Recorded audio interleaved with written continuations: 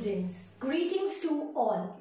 In this video lecture, we'll be continuing with our ongoing chapter, that is chapter 5, Principles of Inheritance and Variation. Today's video lecture will be dedicated to polygenic inheritance. Now, what do we understand by the term polygenes? So, the term poly, it refers to many, and genes, it is the structural and functional unit which controls a particular trait by getting expressed into a protein, and it is the functional unit which is present on the DNA or the chromosomes at a specific loci. Now, polygenic inheritance can be defined as the type of inheritance in which a single trait or character is controlled by many genes. That means the expression of one trait is controlled by many genes, and then it is referred to as polygenic inheritance. Now, the expression of the trait or the character will depend upon the expression of the dominant allele which is encoding that particular trait. Nelson and Ehle had discovered this concept of polygenic inheritance in kernel color of wheat. So the first example that we will be dealing with is the kernel color in wheat, that is triticale astibum. Now, when we talk about the kernel color in wheat, that is controlled by two pairs of genes. Now, the F1, the P1 generation, that is the parental generation, which is the pure line, can be written as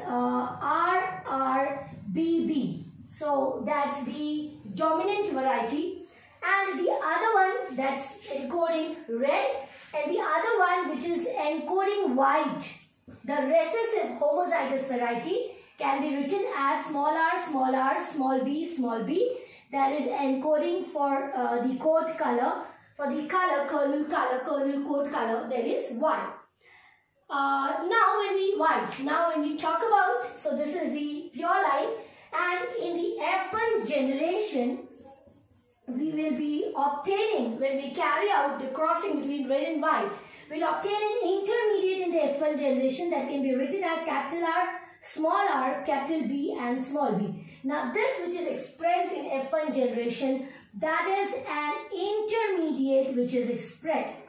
And now when we talk about the F2 generation, which is obtained by crossing of the F1 generation, in the F2 we will obtain the ratio as 1:6:4:1.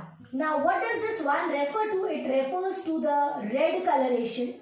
Then when we talk about 4, that means it is referring to the light red coloration. So this 4, it refers to the color that is light red coloration. Now when we talk about 6, so that's the intermediate color. So this 6 is nothing but it will be referred to as the intermediate color. And this 4, it's the light color. So the 4 encodes light color, and then this 1, that is what is referred to as white. So in the F2 generation, we obtain the ratio that is 1:4:6:4:1. And this can be written as 1:14:1. Now when we write it as 1:14:1, so that this 1 it refers to red, this 1 refers to white, and this 14 it refers to the intermediate coloration. So this 14 stands for the intermediate coloration. So this is how the coat color or the kernel coat color in wheat, it is controlled by the two pairs of genes. Now the next example which we have to discuss when we talk about the polygenic inheritance, that is the human skin color.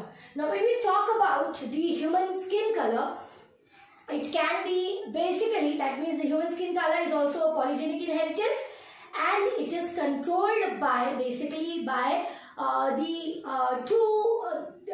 alleles, by more than 2 pairs of the gene. Now the color which are there, that is the crossing will be carried out between the negro color and it will be carried out between the white color. So we will see that as the next example in the next video lecture.